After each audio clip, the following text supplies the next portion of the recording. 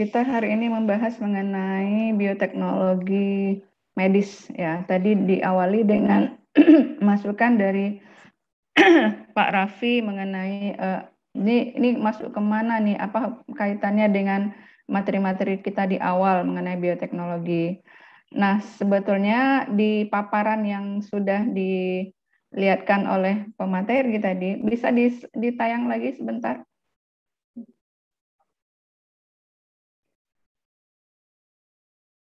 Nah, itu sudah kelihatan ya, ke awal, ke depan, kelewat yang di belakang.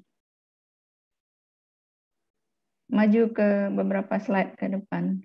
Baik, Bu. Bukan. Terus. Ini, stop. Yang tadi. Oke. Coba bisa diperbesar. Bisa, Bu. Nah, dari sini kita bisa tahu bahwa ini adalah sebuah bentuk bioteknologi rekombinan, ya. Jadi perhatikan plasmid yang ada. Nah, ini dalam proses pembentukan insulin.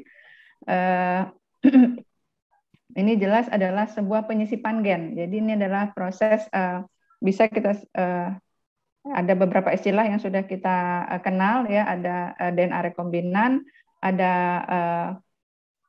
transgenik ya, jadi adalah produksi bakteri transgenik atau rekayasa genetika, kita juga bisa sebut seperti itu. Nah, bisa dilihat bahwa ada satu gen insulin. Gen insulin itu ada dua sebetulnya, ada gen insulin subunit A, gen insulin subunit B, dan itu dihasilkan oleh terdapat di kromosom yang berbeda pada manusia. Nah, itu diambil, jadi gen insulin yang bisa kelihatan di sini, ada gen insulin yang disisipkan ke plasmid, ada subunit A, ada subunit B, itu adalah berasal dari manusia.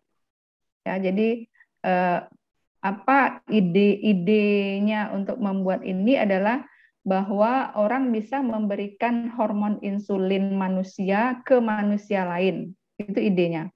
Ya, jadi dengan memberikan hormon insulin manusia itu berarti orang yang sakit, orang yang membutuhkan, yaitu orang-orang diabetes, itu bisa tertolong. Karena apa? Bisa saja produksi hormon insulin di tubuhnya itu sudah tidak berfungsi lagi, sudah tidak bisa berproduksi secara normal. Nah, jadi dengan ditanamkan dengan disuntikkan hormon insulin ini, ya tentu dia nanti akan bisa mendapatkan hormon insulin yang cukup ya tentu, tapi tentu suntikan ini dilakukan secara berkala. Nah, jadi ke dalam plasmid ini ditanamkan gen insulin manusia subunit A dan subunit B, itu ditanamkan pada plasmid yang berbeda, kemudian dimasukkan ke dalam bakteri E. coli ya yang berbeda juga. Nah, kemudian nanti setelah diproduksi hormon insulinnya itu, protein insulinnya itu kemudian digabungkan antara subunit A dengan subunit B. Dan ini kemudian yang dikemas menjadi hormon insulin. Ya. Jadi di sini kelihatan bahwa ini adalah teknik DNA rekombinan. Ya. Namun di dalam bioteknologi tadi juga ada dijelaskan mengenai produksi vaksin. Nah, vaksin itu beda lagi. Ya. Vaksin itu memang ya tadi juga sudah ada pertanyaan ke sana. Ada beberapa tipe dari vaksin. Nah, kalau kita bicara vaksin, itu dia memang tidak ada teknik DNA rekombinan di sana. Karena ada, sorry, yang Moderna itu adalah teknik DNA rekombinan. Ya, ya kalau kita bicara vaksin Sinovac dulu. Jadi Sinovac itu adalah memang vaksin yang dikatakan paling ringan dampaknya kepada manusia itu sendiri. Kenapa dikatakan paling ringan? Karena yang dimasukkan itu memang adalah virus itu sendiri yang sudah dilemahkan. Ya, jadi ini adalah vaksin konvensional, vaksin yang diproduksi yang sudah lama untuk penyakit-penyakit yang berbeda. Jadi metodenya sama ya. Jadi vaksin-vaksin dulu di awal-awal produksi vaksin memang seperti itu semuanya. Virus yang dilemahkan itu yang kemudian disuntikkan ke tubuh. Tapi untuk vaksin Moderna dan Pfizer itu adalah produksi DNA rekombinan. Nah, yang dimasukkan itu adalah mRNA. Ya, jadi mRNA dari si virus SARS itu dimasukkan ke dalam apa namanya, bisa ke dalam plasmid seperti ini, ya. Kemudian nanti diharapkan dia akan memproduksi protein. Nah, protein itu kemudian yang protein yang diproduksinya itu adalah protein apa namanya? Protein patogen sebetulnya. Nah, jadi karena nanti bisa dia berproduksi banyak di dalam tubuh protein patogen ini, maka efeknya itu tentu lebih besar. Artinya adalah kalau tubuh tidak siap menerima protein patogen tadi yang diproduksi bisa banyak di dalam tubuh, maka kita akan menjadi sakit. Ya.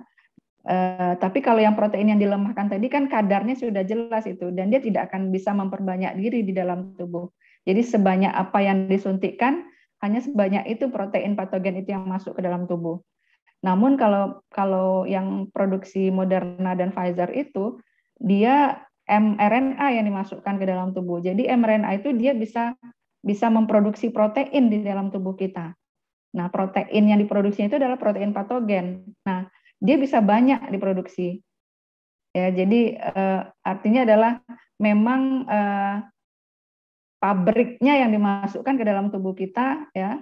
Nah, kalau pabrik itu dibiarkan berproduksi banyak, tentu dia akan banyak memproduksi patogen. Dan kalau tubuh tidak siap dengan produksi yang banyak itu tadi, maka tubuh akan sakit. Nah, oleh sebab itu memang harus lebih berhati-hati terhadap penggunaan vaksin Moderna dan Pfizer. Jadi memang kita kalau tubuh dalam kondisi sangat fit, nah kalau dimasukkan penyakit ke tubuh kita, maka respon imun kita akan bisa mengalahkan penyakit tadi. Namun kalau tubuh kurang-kurang sehat, nah itu dia akan kewalahan dan malah tubuh kita akan tidak mampu untuk menyerang balik penyakit yang dimasukkan itu. Nah, itu selintas dulu mengenai yang masukan dari Pak Raffi tadi. Kemudian yang ketiga bicara tadi tentang apa namanya, tentang sel punca, ya. Nah, sel punca sebetulnya kita juga sudah bahas di topik sebelumnya. Ya, mudah-mudahan Bapak Ibu sudah lebih menguasai mengenai sel punca, dan memang kalau sel punca itu tidak ada teknik rekombinasi di sana, itu benar-benar sel yang dimasukkan, sel yang belum berwujud, ya, bentuknya bisa menjadi beberapa bentuk yang berbeda, kemudian dia juga bisa berproliferasi sendiri di dalam tubuh. Ya. Jadi kalau Bapak Ibu, ya, yang disarankan oleh Pak Raffi tadi itu memang adalah sebuah saran yang bagus, ya, untuk Bapak Ibu, terutama adalah yang bertanggung jawab untuk materi ini. Jadi harus paham, ya, bahwa ketika kita bicara mengenai produksi insulin atau produksi hormon, kan Pak Raffi juga minta tadi itu apalagi contoh yang lain nih, kalau di buku SMA lebih banyak, ya, itu harus disampaikan sebetulnya di sini, ya, banyak sekali produk-produknya, ada apa faktor pembeku, faktor 8, ya, faktor pembeku darah, kemudian ada FSH juga. FSH itu sudah diperjualbelikan di rumah sakit yang mengadakan reproduksi berbantuan tuh FSH itu dipakai, FSH rekombinan, ya. Tidak ada lagi FSH yang dulu awal-awalnya dulu diproduksi dari urin wanita hamil. Nah, sekarang tidak ada lagi pakai itu. Semuanya adalah FSH rekombinan yang dipakai. Dengan teknik yang seperti ini, memasukkan gen FSH manusia ke dalam plasmid, kemudian di plasmid rekombinan dimasukkan ke dalam bakterinya, bakteri E. coli, kemudian diproduksi di sana, nanti dipanen hormonnya. Sama dengan produksi insulin ini. Faktor 8 juga seperti itu, kemudian interleukin juga ada diproduksi, banyak sekali. Jadi contoh-contoh itu ya seharusnya memang masuk ke sini. Jadi kalau slide ini akan diperbaiki, nanti tolong masukkan lebih banyak contoh-contoh sehingga apa yang sudah beredar di pasaran itu diketahui harusnya oleh kita di sini yang belajar di sini gitu. Jadi tidak hanya insulin kan adalah sebuah contoh yang paling populer karena memang produk awal yang dibuat dengan teknik DNA rekombinan ini. Tapi setelah itu sudah banyak. Itu tentang yang disarankan Pak Raffi. Terima kasih Pak Raffi untuk menyarankan itu sehingga nanti bisa diperbaiki oleh kelompok 6. Kemudian pertanyaan dari Ibu Aulia, kapan menggunakan auto atau allogenik? Nah, ini bukan bicara kapan ya. Sebetulnya kita tidak bicara kapan. Jadi sebetulnya ini adalah sebuah cita-cita, angan-angan dari para penjual stem cell sebetulnya, ya, untuk bisa memproduksi stem cell dari orang ya yang tidak ditentukan gitu. Yang jelas adalah orangnya harus sehat, harus ya memenuhi semua standar yang ada, kemudian diambil stem cell dari dia, kemudian dikembangbiakkan di laboratorium, ya, kemudian akan dijual dan konsumennya itu siapa saja boleh. Nah, itu cita-cita mereka. Jadi seperti orang memproduksi obat nih, diproduksi obat di rumah di pabrik, kemudian dijual secara bebas dan siapapun konsumennya tidak peduli. Nah, itu yang diinginkan. Jadi sama seperti menjual obat. Namun ya tentu cita-cita ini tidak bisa berjalan mulus saja seperti orang menjual obat ya. Kenapa? Karena yang dimasukkan itu adalah sel ke dalam tubuh. Nah, tubuh kita memiliki sistem imun. Ya, sistem imun itu dia pasti akan menolak, akan mereject kalau ada benda asing yang masuk ke dalam tubuh kita, dan itu memang adalah respon alami yang harus ada dalam tubuh kita sehingga tubuh kita tidak mudah terserang penyakit. Nah, namun dia kan tidak bisa membedakan apakah ini yang dimasukkan itu penyakit, misalnya virus atau bakteri, atau malah sesuatu sel yang sebetulnya adalah untuk proses pengobatan. Dia tidak tahu. Nah, jadi kendala dari cita-cita para pembuat stem cell tadi itu adalah di allogenik itu tadi. Ya, jadi sampai sekarang tidak sama responnya untuk semua orang ketika misalnya si A ingin membeli stem cell karena dia ingin karena kepalanya botak, kemudian dia ingin menumbuhkan rambut lagi. Nah, dibeli stem cell kulit kepala gitu kan. Nah, dia beli dari labor yang penjual stem cell. Nah, itu tidak serta-merta itu bisa sukses. Karena apa? Karena sistem imunnya itu bisa saja menolak stem cell yang dicangkokkan tadi itu. Nah, itu kendala dari allogenik ya. Tapi mungkin ada pada orang-orang tertentu bisa diterimanya karena sistem imun orang kan beda-beda reaksinya, sensitivitasnya berbeda-beda. Ya, jadi kalau bicara yang paling baik adalah memang yang autogenik, ya, yang berasal dari tubuh kita sendiri, karena sudah pasti itu tidak dikenali sebagai benda asing. Ya, namun kan kita dulu waktu kita lahir kan orang tua kita tidak ada menitipkan stem cell ke bank stem cell kan, itu masalahnya kan. Nah, kalau sekarang pun kalau kita ingin ya sebetulnya ya untuk yang stem cell tertentu misalnya yang sel mesenkim itu bisa, tapi kan biayanya juga mahal gitu.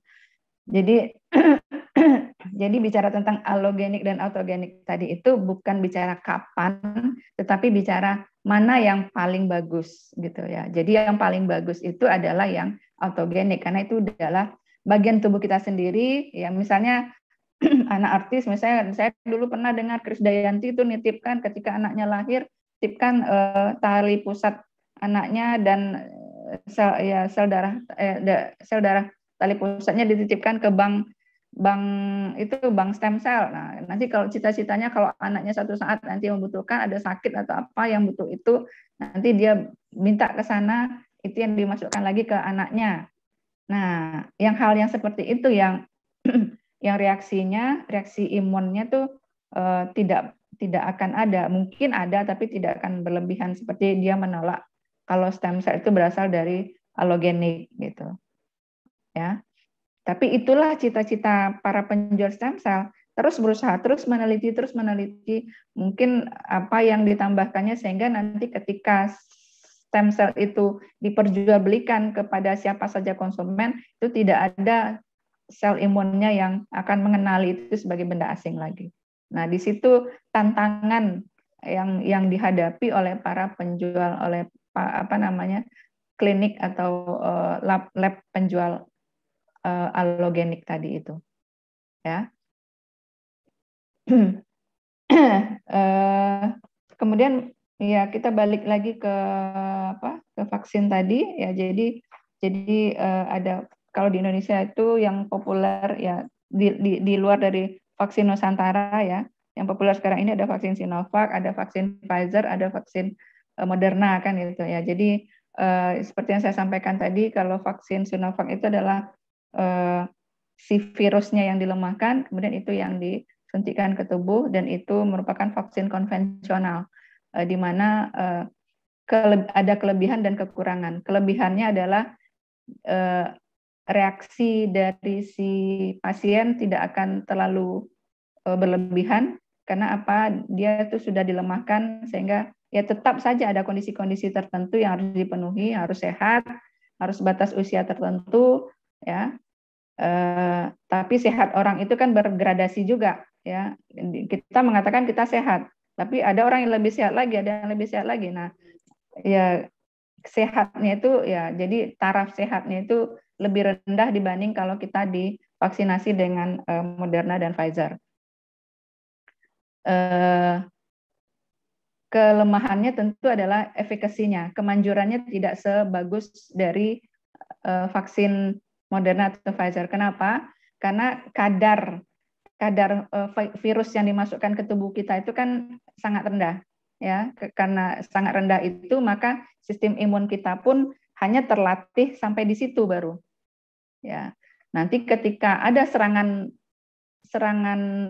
yang realnya, serangan dari si virusnya sendiri, itu bisa saja si sistem imun kita tidak kuat untuk menerima itu. Apalagi kalau virus itu sudah termutasi lagi, ya. Jadi kalau yang disuntikkan, misalnya di Sinovac itu yang disuntikkan adalah COVID yang tipe apa gitu, kemudian sekarang ada COVID tipe Delta, tipe apa lagi, ketika tipe Delta yang menyerang kita, walaupun kita sudah diimunisasi, sistem imun kita tidak kenal lagi, tidak kenal dengan yang baru ini, sehingga dia benar-benar menghadapi musuh baru lagi gitu, ya. Nah, itu karena dia per varietas yang dimasukkan, ya. Jadi kalau ingin yang baru lagi, kalau ingin imun terhadap tipe Delta, ya varietas Delta pula yang disuntikkan lagi. Kalau ingin imun terhadap yang lain lagi, ada varietas baru lagi. Nah, yang baru lagi itu dimasukkan. Nah, sementara kalau yang Moderna dan Pfizer itu, karena dia memang RNA-nya itu dibuat, ya. Jadi RNA itu RNA sintetis, bukan RNA yang berasal dari virus, ya.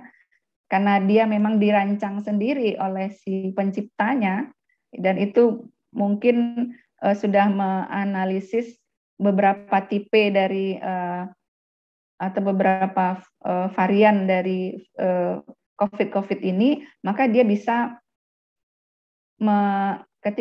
ketika dia disuntikan ke tubuh kita, sistem imun kita langsung bereaksi terhadap beberapa varian COVID sekaligus, ya. Namun itu kelebihannya. Namun kelebihannya seperti tadi, karena ini dia bisa menghasilkan protein patogen itu banyak di tubuh kita, karena yang dimasukkan itu adalah pabriknya berupa mRNA, maka tubuh harus siap, ya, dalam kondisi yang sangat fit untuk menerima vaksin itu tadi. Jadi ingat ya, bahwa mRNA yang dimasukkan itu adalah mRNA sintetis, ya. Jadi bukan mRNA asli. Ya, jadi memang itu didesain sendiri untuk kemudian diharapkan dia akan menghasilkan beberapa protein patogen di dalam tubuh kita, dan protein patogen itu kemudian yang diantisipasi oleh sistem imun kita, yang siap juga untuk menerima patogen itu tadi. Oke, itu tentang vaksin COVID. Ya, kalau belum jelas nanti silakan bertanya lagi. Kemudian pertanyaan terakhir dari Ibu Rani tentang vaksin yang edible, yang bisa dimakan. Memang ya seperti yang dikhawatirkan Bu Rani itu memang benar. Kalau masuk lewat sistem pencernaan itu efikasinya bagaimana gitu. Ya pastilah efikasinya pasti tidak sebagus kalau dia disuntikkan melalui pembuluh darah. Karena apa? Kalau ataupun apa subkutan ya. Kalau vaksin COVID kan subkutan ya. Beberapa ya vaksin itu subkutan bukan pembuluh darah. Nah, jadi kalau di bawah kulit ya, kalau disuntikkan di bawah kulit itu kan lebih singkat jalannya untuk masuk ke pembuluh darah ya, lebih singkat jalannya untuk masuk ke pembuluh darah dan lebih tidak banyak hambatan ya, tidak banyak apa namanya tuh iya, faktor-faktor yang menggagalkan efikasi dari si vaksin itu tadi untuk bisa beraktivitas di dalam tubuh kita, ya. Namun kelebihannya tentu ini kan bisa diulang-ulang tanpa menimbulkan rasa takut tadi. Jadi misalnya kalau dimasukkan ke pisang tadi ya, kalau satu tidak mempan, makan lagi yang kedua, makan lagi yang ketiga kan gitu. Jadi tidak ada rasa was-was. Tapi kalau disuntik enggak 10 kali ya ya mencret duluan kan gitu ya. Ya, jadi ada kelebihan ada kekurangannya. Ya, memang kemanjuran atau efikasinya itu tidak sebagus dia disuntikkan, tetapi kemudian keuntungannya dia bisa diulang gitu. Dan memang ini adalah satu ide kreatif dari para pembuat vaksin untuk mengantisipasi ketakutan tadi. Ya, jangankan anak-anak. Kalau kita lihat di TV ada aja polisi, tentara yang takut lihat jarum suntik gitu ya. Lihat pistol dia enggak takut, tapi lihat jarum suntik dia mati, ya ketakutan setengah mati gitu. Nah, ada aja orang yang seperti itu. Jadi ini ide-ide kreatif ini memang dibuat untuk mengantisipasi orang-orang yang takut dengan jarum suntik tadi. Oke, itu tambahan penjelasannya. Kalau ada pertanyaan silakan. Kita masih jam 8:05. Ada Bu. Ya. Mengenai vaksin yang ini Sinovac, kan Iya. rata-rata masyarakat di sekitaran sini atau masyarakat Indonesia pada umumnya itu kan sudah divaksin Sinovac, Bu. Iya. Berarti kalau seandainya ada serangan virus yang lebih besar, kan dikabarkan kan ada serangan virus yang lebih besar, berarti kita dianjurkan untuk vaksin sekali lagi seperti itu, Bu? Atau ditingkatkan dosisnya seperti itu, apa bagaimana, Bu? Terima kasih, Bu. Iya, ini pengalaman pribadi saya. Ya, saya sejak awal itu sudah divaksin dengan Sinovac, ya. Tapi saya kena virus juga. Walaupun saya tidak pernah swab, ya, tapi gejala-gejala yang muncul dan ya semua gejala yang ada itu adalah serangan virus COVID terhadap saya. Ya, jadi artinya apa itu? Artinya ya, jadi seperti yang saya jelaskan tadi. Ketika satu varian kita masukkan, hanya itu yang dikenali oleh sistem imun kita. Jadi kalau ada varian baru, dia tidak kenal lagi. Tapi saya tidak tahu juga, ya idealnya memang harus disuntik ulang gitu. Tapi kan itu apa namanya belum tentu juga ada ada vaksin Sinovac dengan varian baru itu. Karena kan ya kalau ini kan kita bicara mengenai yang pertama proyek negara kan gitu ya. Jadi vaksin Sinovac itu kan adalah sebuah proyek negara yang ya kita digratiskan masyarakat ini dengan vaksin Sinovac itu, tapi kan varian yang mana yang disuntikan kan kita tidak pernah tahu. Apakah varian yang awal dulu juga atau sudah ada perkembangan baru kan karena kita sebagai orang yang menerima vaksin itu tidak pernah diberitahu bahwa ini varian apa gitu ya. Tapi ya saya alami sendiri gitu. Jadi saya bisa bicara seperti ini ya karena saya alami sendiri. Divaksinasi sudah 2 kali, tapi kok bisa kena juga. Walaupun memang ya 2 minggu juga lah saya istirahat dan ya tapi ya memang tidak sampai tidak sampai kehilangan penciuman, tidak sampai kehilangan rasa, memang tidak, tapi demam itu tetap sama gitu, demam tetap 2 minggu, dan ya rasanya ya seperti yang orang-orang sampaikan, efek COVID itu sendiri tidak pernah bisa hilang dari kita. Ya misalnya sekarang, kalau dulu saya tidak pernah tuh mengalami hidung tersumbat, tidak pernah. Tapi setelah kena COVID itu hidung tersumbat itu tetap ada sampai sekarang. Nah itulah, jadi tidak pernah habis dia, tidak pernah habis, benar-benar habis dari tubuh kita. Ini yang saya rasakan. Tapi banyak juga keluhan itu yang muncul di Halo Dokter. Kalau dicek di Halo Dokter itu memang banyak yang hal seperti itu. Dan kita tidak pernah, karena saya juga tidak pernah scan paru gitu ya, tidak pernah ronsen paru, seperti apa efeknya di dalam juga tidak tahu. Tapi banyak juga yang mengatakan setelah terkena virus itu ada bercak-bercak di paru, tapi saya tidak pernah sampai mengecek ke sana gitu. Ya jadi artinya dari sini ya berkemungkinan memang virus ini memang bukan virus biasa gitu. Artinya virus ini memang virus yang bandel sekali. Nggak tahulah kita apa direkayasa apa tidak gitu ya. Yang jelas ya tidak sama dengan penyakit-penyakit saluran pernafasan lainnya ya, seperti influenza atau apa gitu. Beda, dia tetap tinggal di dalam tubuh kita. Tapi nggak tahu lah apakah semua orang mengalami itu atau tidak. Tapi yang jelas saya mengalami itu. Walaupun dikatakan ya kita sudah fit aja gitu. Jadi memang ya seperti pertanyaan Bu Rani tadi, harusnya memang iya ya. Tapi karena negara kita kondisinya seperti ini sekarang ya, kalau kita minta, kan ada juga yang menyediakan vaksin yang ketiga itu kan, tapi itu kan jumlahnya sangat terbatas dan peruntukannya juga untuk orang-orang tertentu saja, imbus ya. Jadi itu memang adalah suatu upaya untuk membuat efikasi dari virus awal itu lebih tinggi gitu. Tapi kan kita nggak dapat.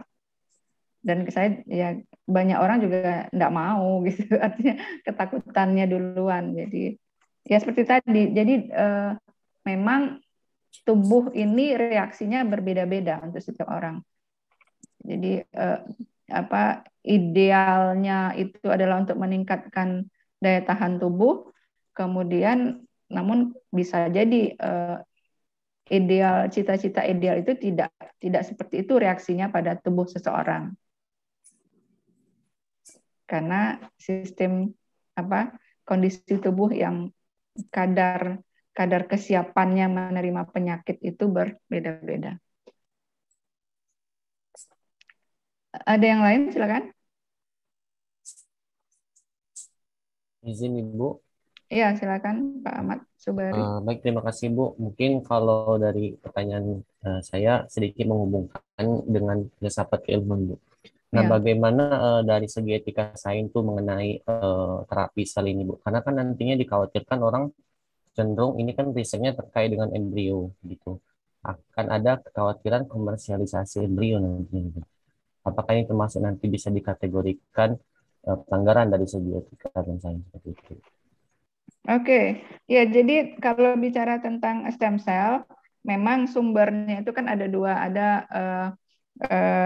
embryonic stem cell, ada adult stem cell. Jadi yang dikategorikan embryonic itu ya sampai ke ya, ada juga sih yang memilahnya lagi menjadi infant stem cell gitu ya. Nah, bicara tentang embryonic stem cell itu memang saat ini sudah ditentang. Saat ini sudah ditentang penggunaannya oleh masyarakat dunia. Kenapa? Karena itu memang terkait dengan etika. Itu ya saya juga pernah kan menyinggungnya sebelumnya, itu bahwa membuat nyawa menjadi tidak ada ya, menghalangi Tuhan memberikan arwah kepada embrio ya. Nah, itu adalah suatu perbuatan yang ya kalau dari segi human right itu adalah sebuah perbuatan yang tidak human right lagi, yang sudah melanggar hak asasi manusia. Nah, oleh sebab itulah Maka sekarang ini ramai-ramai orang para peneliti di bidang stem cell ini untuk beralih kepada adult stem cell itu tadi. Walaupun secara kemampuan adult stem cell itu punya keterbatasan kemampuan. Ya, kalau dari teori kan kita sudah belajar bahwa embryonic stem cell itu kemampuannya adalah totipotensi. Artinya adalah dia mampu berkembang menjadi sel apa saja, sel different apa saja di tubuh kita. Kenapa? Karena kalau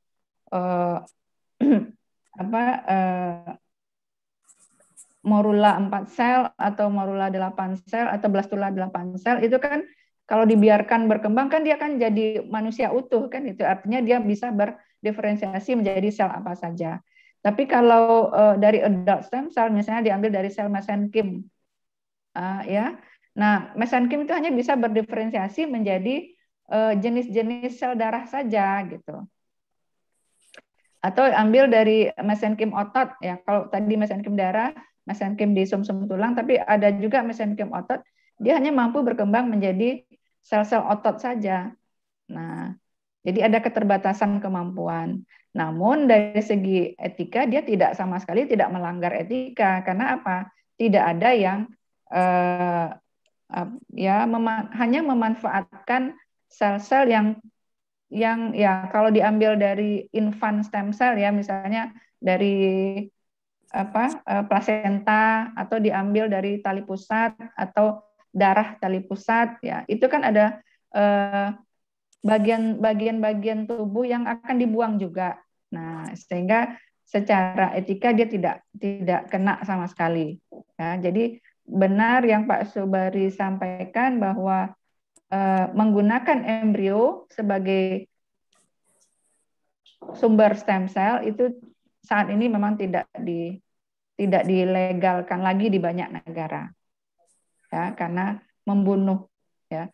Itu awalnya kan dikembangkan oleh si Ian Wilmot ya, Ian Wilmot yang penemu dari Dolly itu ya. Nah, dia beralih kepada bagaimana dia melihat di klinik-klinik bayi tabung ya, orang memanen sel telur itu ada banyak gitu, misalnya ada 8, sementara yang difertilisasi hanya 4, kemudian 2 pula yang ditanam ke rahim. Nah, yang lain-lain ini sayang terbuang. Nah, dia pikirnya gitu. Coba kalau kita jadikan dibiarkan di labor jadi sel blastula 8 sel kemudian dipisah-pisah. Nah, di situ ide awalnya. Tapi kemudian ide itu ditentang oleh banyak orang ya, sehingga tidak dilegalkan lagi untuk menggunakan embryonic stem cell. Kayak itu Pak Subari. Jadi stem cell-nya sendiri yang dikembangkan saat ini memang adalah yang adult ya, atau yang infant stem cell. Kalau infant itu ya dari anak yang baru lahir tadi, tali pusatnya, darah tali pusat, plasenta. Nah, itu kan ada barang-barang yang tidak terpakai. Nah, kalau yang dari adult stem cell ya dari sel mesenchyme. Mesenchyme kan cuma diambil dari darah saja, disedot darah, atau mungkin ya dari rambut juga bisa ada stem cell di rambut gitu ya. Jadi diambil adalah bagian tubuh yang memang juga tidak memberikan rasa sakit yang berlebihan gitu, yang tidak memberikan efek samping yang berlebihan.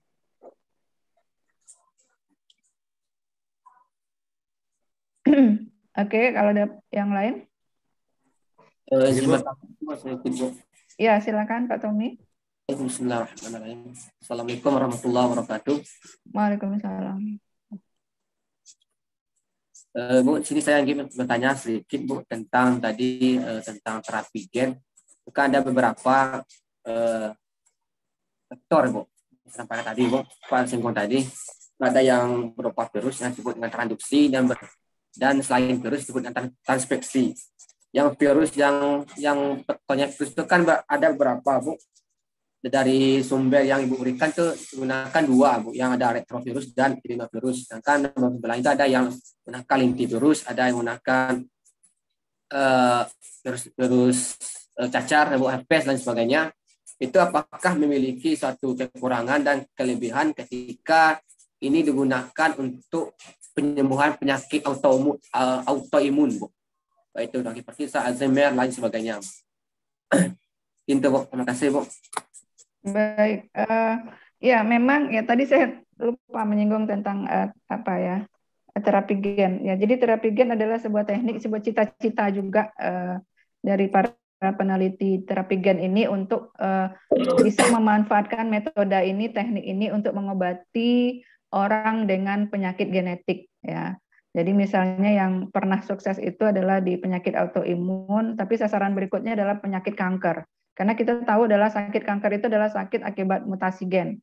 Nah, orang ingin menggantikan gen yang rusak itu dengan gen yang baik, dengan yang gen yang sehat lagi yang diambil dari orang lain. Jadi prinsipnya mirip-mirip dengan stem cell, namun kalau stem cell itu kan sel yang dimasukkan, tetapi kalau terapi gen itu gen yang dimasukkan dengan bantuan vektor tadi. Nah, tadi pertanyaan Pak Tommy, ada banyak vektor yang dipakai, tapi ya yang banyak menghasilkan kesuksesan. Nah, itu adalah pada adenovirus. Jadi itu kata kuncinya Pak Tommy.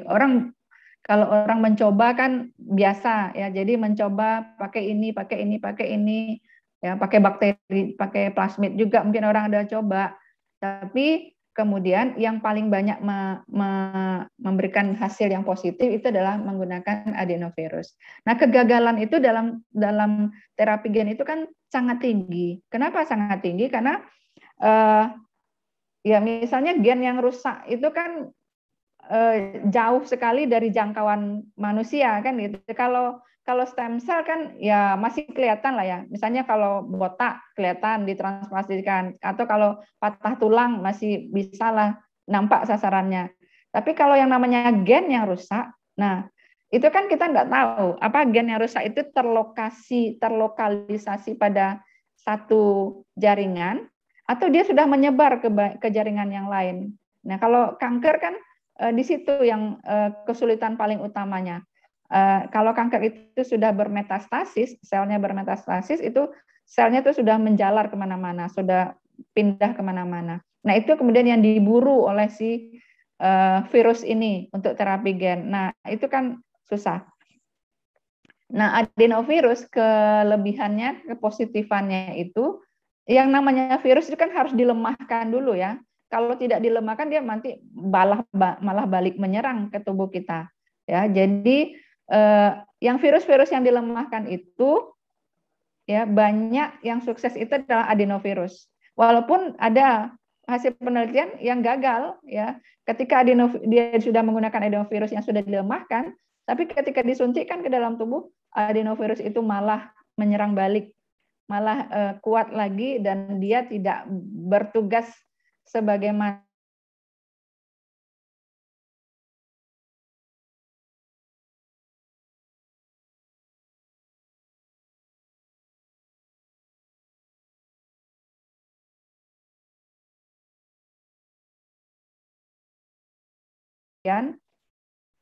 tapi ya kendala utama dalam terapi gen itu adalah itu. Jadi memasukkan gen, jadi disuntikkan melalui pembuluh darah, misalnya disuntikkan di lengan atau disuntikkan di mana saja, kemudian diharapkan nanti si virus ini membawa gen itu ke jaringan sasaran. Nah, jadi dia berjalan di dalam pembuluh darah, kemudian dia akan menuju ke sasarannya. Nah, ketika menuju ke sasarannya itu kan kita tidak bisa kontrol, siapapun tidak bisa kontrol dia, ya.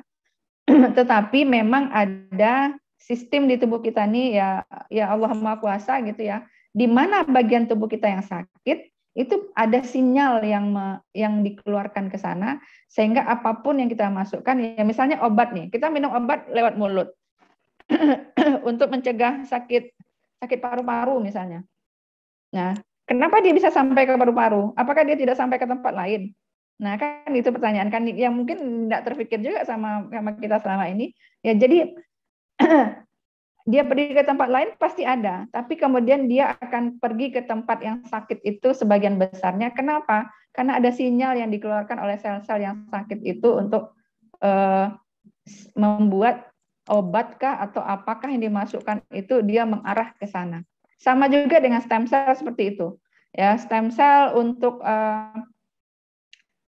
apa misalnya stem cell untuk bagian dalam tubuh lah, misalnya sistem pencernaan, ya. Nah, itu kan tidak bisa dilihat, tapi kemudian ya karena ada bagian yang sakit di sistem pencernaan, misalnya untuk mengobati orang yang mah akut misalnya, ya udah banyak sel-sel di apa di sistem di apa di ususnya itu yang rusak misalnya kan. Nah, itu nanti dia mengeluarkan sinyal di sana. Ya, jadi ya sekali lagi balik tadi ke yang tadi, kenapa adenovirus yang dipakai ya? Yang pertama itu adenovirus itu memang ketika sudah dilemahkan, banyak di antara yang dilemahkan itu memang tetap lemah dan kemudian dia mampu membawa gen yang diikatkan ke dia itu ke tempat sasaran. Sementara virus-virus yang lain yang dipakai sebagai vektor itu banyak yang ada yang berbalik arah malah menyerang tubuh, kemudian banyak juga dari gen-gen yang dititipkan ke dia itu tidak sampai ke tempat sasarannya. Apalagi kalau menggunakan vektor yang lain, misalnya plasmid, nah itu tidak jalan kalau di tubuh makhluk, di tubuh apa namanya ini, di tubuh makhluk hidup itu tidak jalan dia. Ya, jadi kalau apalagi manusia dan hewan gitu ya, itu lebih banyak menggunakan virus sebagai vektor. Karena virus itu yang lebih banyak jalan ke tempat sasaran. Walaupun sekali lagi virus itu sendiri bisa berbalik arah menyerang tubuh kita. Jadi tujuan awalnya dia dipakai sebagai kurir untuk membawa gen, tapi kemudian malah si kurirnya ini yang berkhianat, ya, dia bisa menyerang tubuh. Ya. Itu Pak Tommy. Ya, jadi memang terapi gen itu adalah suatu upaya yang cita-cita yang apa masih jauh capaiannya dari cita-cita ideal ya. Jadi cita-cita idealnya itu adalah mengobati orang atau manusia dengan penyakit-penyakit genetik. Nah, penyakit genetik yang paling banyak saat ini itu kan adalah kanker, ya, mutasi gen. Nah, kalau gen sudah termutasi kan artinya gennya sudah rusak. Nah, cita-citanya itu adalah digantikan oleh gen yang baru. Kemudian ya untuk menggantikan dengan gen yang baru itu dititipkanlah ke vektor. Nah, vektornya itu adalah virus, ya salah satunya adenovirus. Tapi kemudian si kurirnya ini yang banyak yang tidak sampai ke tempat gen yang sakit itu tadi. Dan kemudian yang kedua, kalau dia berupa kanker yang sudah bermetastasis, maka dia sudah menyebar ke banyak bagian dari tubuh kita dan tidak akan semuanya bisa terjangkau oleh si virus tadi. Jadi kalau dia sudah pergi ke sana ke sini ke sana ke sini ke sana ke sini, nah ada satu tempat saja yang tidak dia datangi oleh si kurir tadi, nah si sel kanker itu akan berkembang di sana gitu. Ya, tapi kalau untuk penyakit autoimun itu ada yang sudah ada yang sukses ya, yang si siapa tadi namanya tuh apa? Shanti De Silva. Iya, De Silva. Itu awal-awal, tapi setelah De Silva itu gagalnya banyak itu. Setelah sukses di si De Silva ini, berikutnya gagal, sehingga ada masanya itu terapi gen itu sangat mundur perkembangannya. Tapi sekarang kalau dilihat di jurnal-jurnal itu banyak lagi yang sudah sukses lagi melakukan penelitian di terapi gen. Tapi memang belum ada penjualan klinisnya seperti stem cell. Jadi stem cell itu jauh lebih leading dia kesuksesannya dibanding dengan terapi gen. Terapi gen masih dalam tahap percobaan-percobaan laboratorium ya. Namun stem cell sudah ada yang berani jual. Ada klinik yang sudah berani jual gitu.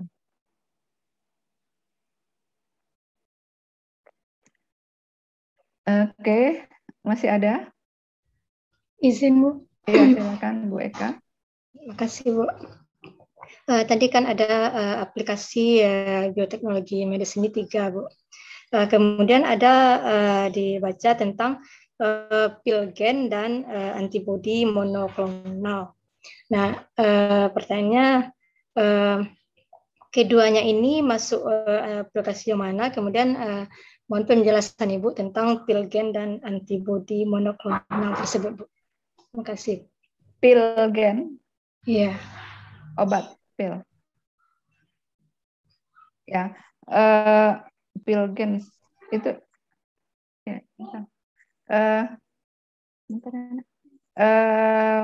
Biasanya antibodi monoklonal dulu ya. Jadi antibodi monoklonal itu adalah sebuah upaya pengobatan juga dari yang diambil dari sistem imun kita, antibodi kita. Jadi antibodi kita itu kan diciptakan oleh Tuhan, itu kan mampu menangkal semua benda asing yang masuk ke tubuh. Kan itu yang diciptakan Tuhan. Artinya dia poliklonal. Ya, jadi apapun penyakitnya, kalau dia menyerang tubuh kita, itu secara idealnya dia bisa menangkalnya. Tapi kemudian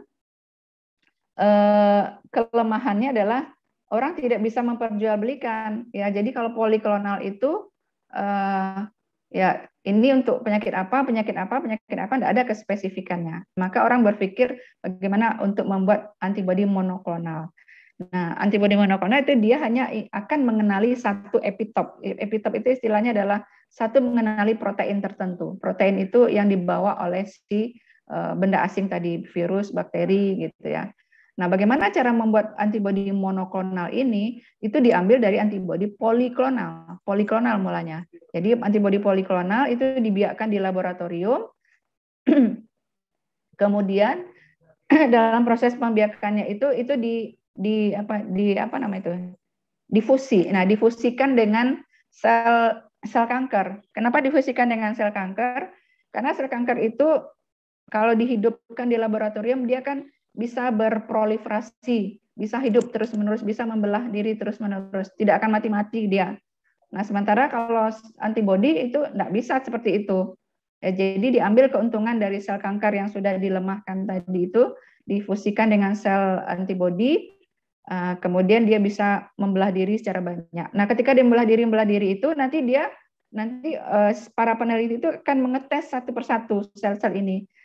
Ya, ini kan jadi poliklonal. Kemudian dites satu persatu itu panjang sekali prosesnya itu ya. Tes satu-satu ini lebih sensitif terhadap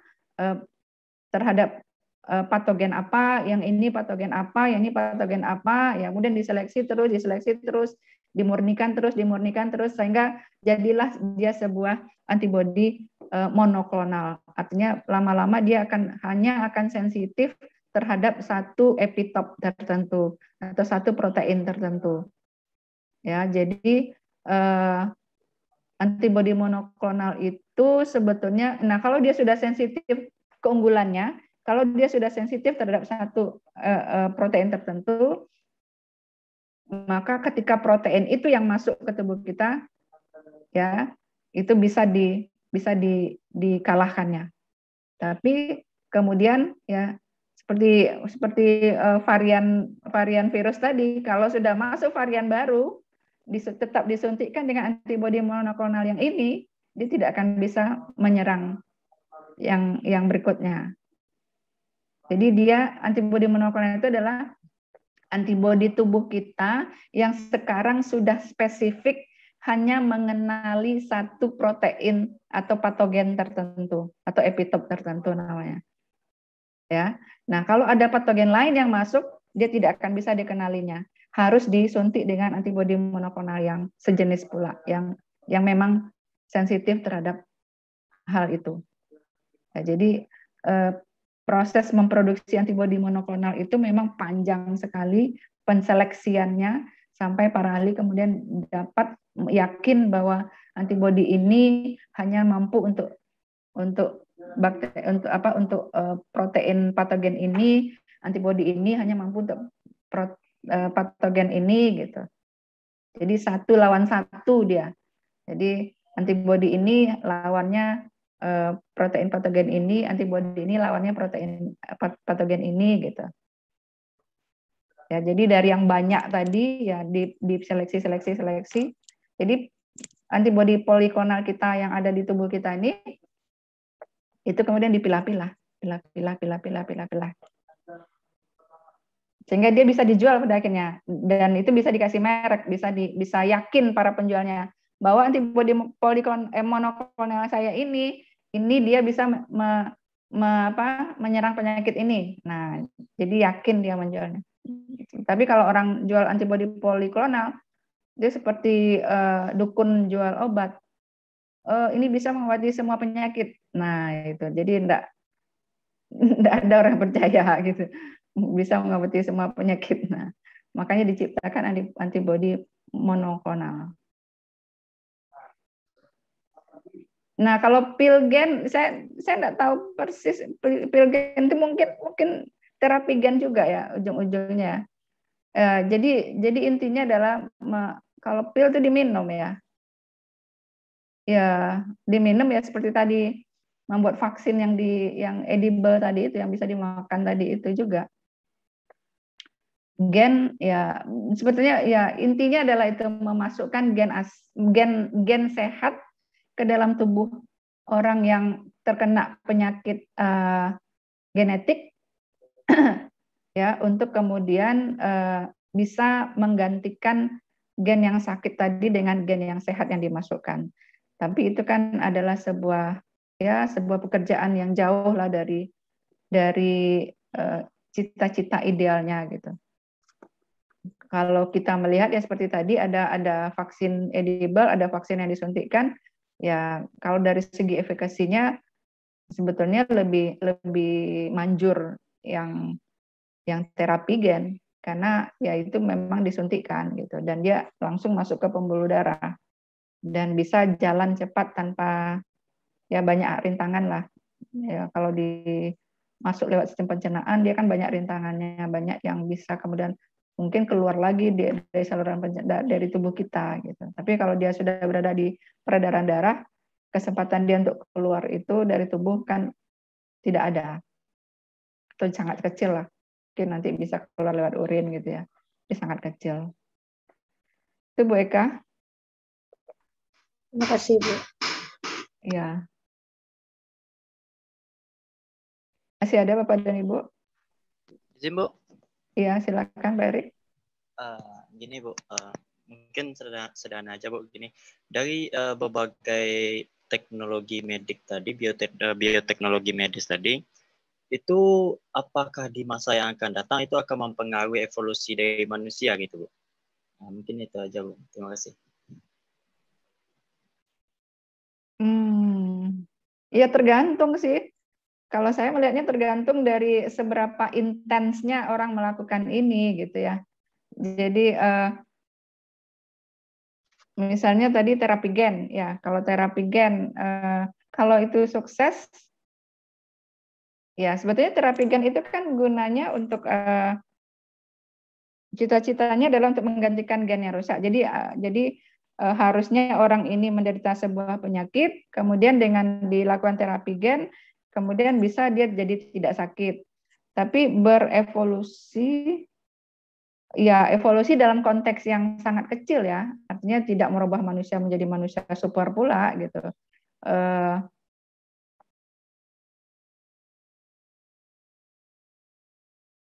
Ya kalau saya melihatnya definisi dari evolusi itu adalah seperti terjadinya rekombinasi manusia. Itu evolusi dalam konteks saya. Ya bahwa manusia itu dari generasi ke generasi dia tidak akan pernah sama dengan generasi sebelumnya karena terjadi rekombinasi dari gen dari bapak dan ibu gitu. Nah, kalau itu yang dimasukkan dengan evolusi ya mungkin iya terjadi.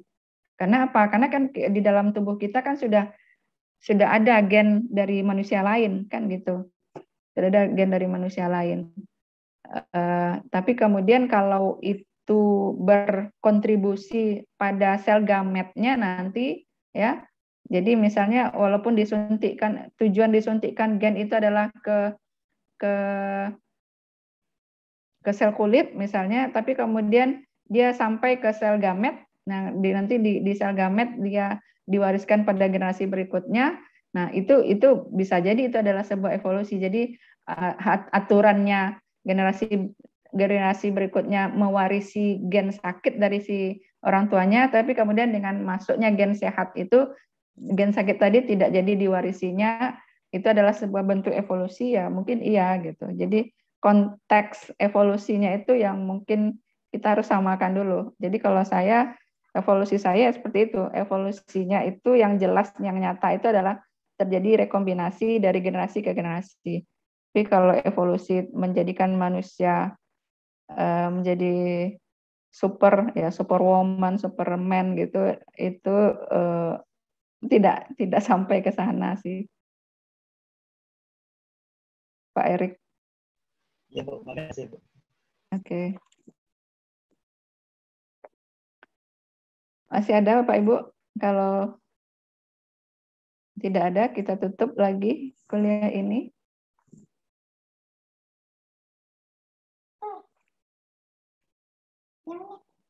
Ya, silakan ditutup kelompok 5, kelompok 6. Baik, Bu. Baik, terima kasih kepada Ibu atas pembukaan materinya, dan juga terima kasih kepada teman-teman semua yang telah berpartisipasi pada hari ini. Semoga ilmu yang kita dapatkan pada hari ini sangat bermanfaat dan juga bisa diterapkan di kehidupan kita sehari-hari. Baik, kami dari kelompok 6 meminta maaf kepada rekan-rekan semua dan juga Ibu apabila ada kekurangan maupun kesalahan. Saya sudahi dengan Assalamualaikum warahmatullahi wabarakatuh. Waalaikumsalam. Waalaikumsalam warahmatullahi wabarakatuh. Oke, kita live ya sama-sama. Baik, Bu. Ya, Bu. Makasih, Bu. Ya.